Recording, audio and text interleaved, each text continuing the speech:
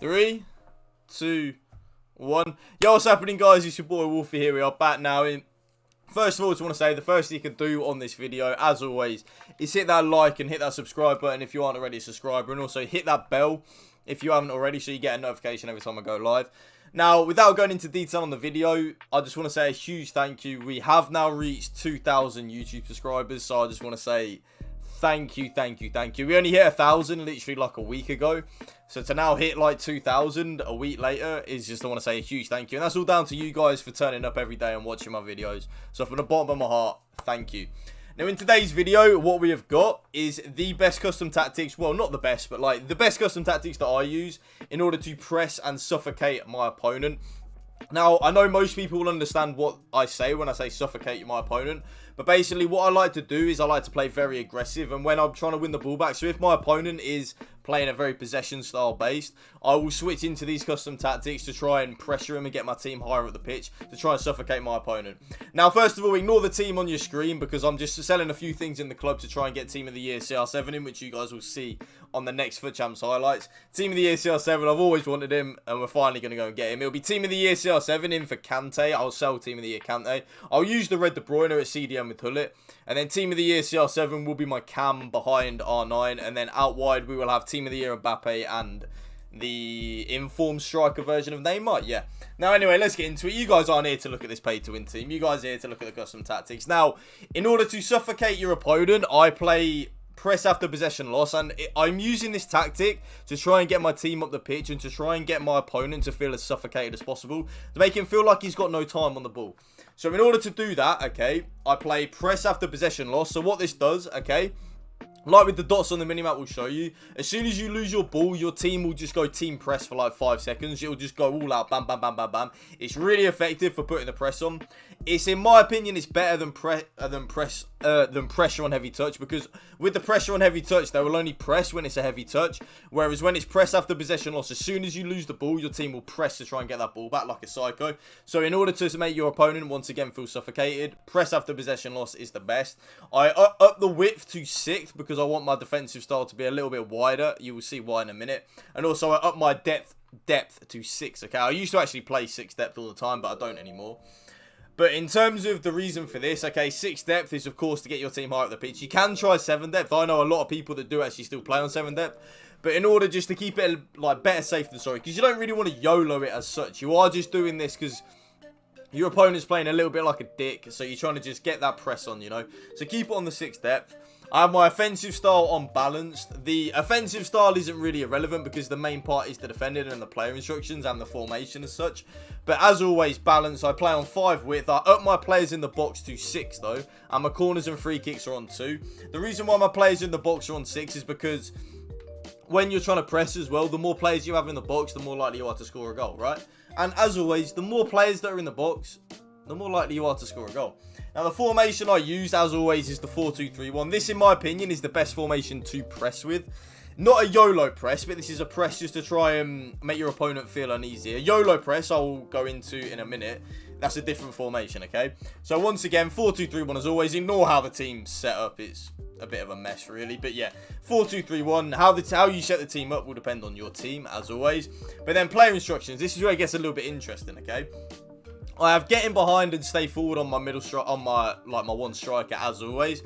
I then have stay forward and get into the box on cross on the middle cam. This is very important in terms of when you're trying to press, okay? Having that middle cam on stay forward is a really big thing because it will make the middle cam not drop back into where your 2 CDMs are. So when you win the ball back on the high press, you will have that cam up there with you. Very important that you have that middle cam on stay forward. My lamb and my ram are both on basic defense support, which is just the default. And get into the box for cross on all 3 of your cams, okay? The reason why you don't have all 3 of them on stay forward is because you're not YOLOing it yet. If you want to YOLO it in a 4-2-3-1, obviously have all 3 of your cams on stay forward. You will find it hard, not hard, but you will struggle to defend. If they can beat the press when you have all 3 of your cams on stay forward, you're in a bit of a sticky situation, okay? So if you're kind of like me in this situation where you're not YOLOing it yet, just have your middle cam on stay forward, okay? And then on both of your 2 CDMs, okay, one of them, as always, is on balanced. And then this is where it changes when you're trying to YOLO, okay?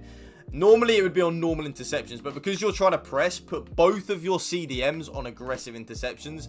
This means that the AI of these two players will aggressively try and intercept the ball, which is, of course, what you are trying to do when you're trying to press your opponent, right? So this is a very key point. And as always, I always like to have one of my CDMs on balance just so they get forward and help out the attacking players. A lot of people still don't do that. You will score so many more goals if you do that, and that is a promise. And this is where it gets interesting, okay? Have both of your fullbacks on balanced attack. Remember what I said?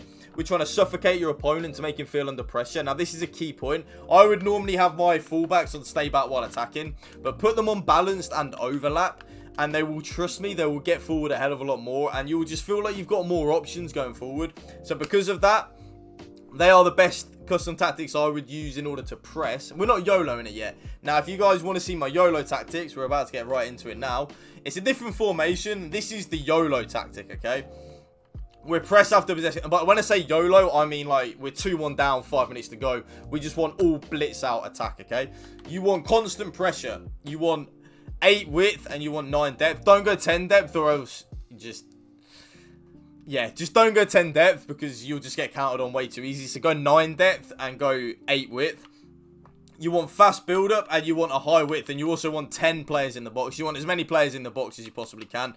You want your corners and free kicks on a complete bam, bam, bam. You just want as full as you can get. You want as many people in the box, because like I've said before, the more players you have in the box, the more goals you will score. It really is that simple. Now, the formation that you want in order to YOLO, this changes from people to people. A lot of people tell me like 3-5-2 or 3-1-4-2. They're like really good formations. But in my opinion, the best formation for YOLO is 3-4-2-1, sorry. Look how many players you've got forward there. It's an absolute YOLO of a formation. But once again, this is for the weekend league when we're 2-1 down, 5 minutes to go. We're 3-2 down, 2 minutes to go. You just want to have complete YOLO. Now, you want your striker on getting behind and stay forward and stay central. Okay, stay central is key on this, okay? Put stay central on that middle striker. On your left forward, you're, once again, stay central, getting behind and stay forward. On your right forward, stay central, getting behind and stay forward. This is key. Now, on your right mid, okay, you want stay forward. You also want stay wide, not stay central. You want stay wide, getting behind and get into the box for cross. On your both centre mids, you're going to want get forward, get into the box, and aggressive interceptions, okay? You have both of these on both your centre mids. So get forward, get into the box for cross, and aggressive interceptions. Also cover centre, and also put both of them on free roam, just so they have that license to get wherever they want and wherever they freely do. Remember, this is a very YOLO tactic. We are doing this when... We're doing this as a last resort when nothing else is working. We just want as many people in the box as we can. We want to put our opponent under as much pressure as we possibly can, because there's a saying that I like to use. What's the point of losing by 1 goal? Like, if you lose by 1 goal or 2 goals, whether you lose by 1 goal or 10, you're still getting the loss. Especially in a weekend league when it matters. Not matters, but you know what I mean. Like, whether or not you lose by 1 goal or 10, you're still getting the loss, no matter what. So you're going to want to YOLO and get as many players forward. On your left mid, once again, stay forward. Stay wide. Remember, on your left mid and right mid in a 3-4-2-1, you're going to want to stay wide.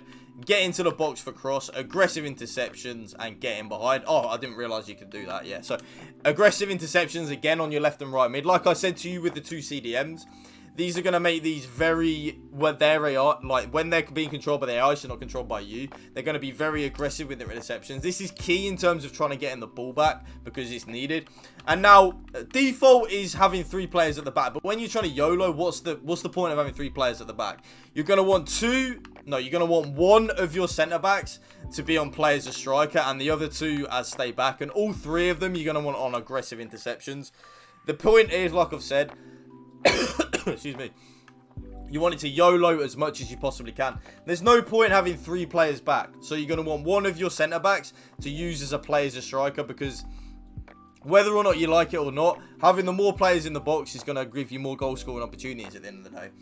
Now, these are, in my opinion, the best custom tactics you could possibly use. There's a reason why a lot of people don't think pressing works, but it does. You're going to also want to go down, press down on your D-pad, and press left on your D-pad while you're in a game. This will go on to team press, and the reason you're going to want to do that as well is because even when it's on constant pressure, your team won't I know it sounds weird, right? But they won't press all the time. So you're going to want to hold teammate contain as much as you possibly can to make your team press by themselves as well. And also pressing down on the D-pad and going left as well to get on team press is also a very viable option. Don't use overload ball side when you're YOLOing to trying to get the ball back, because it just won't really work.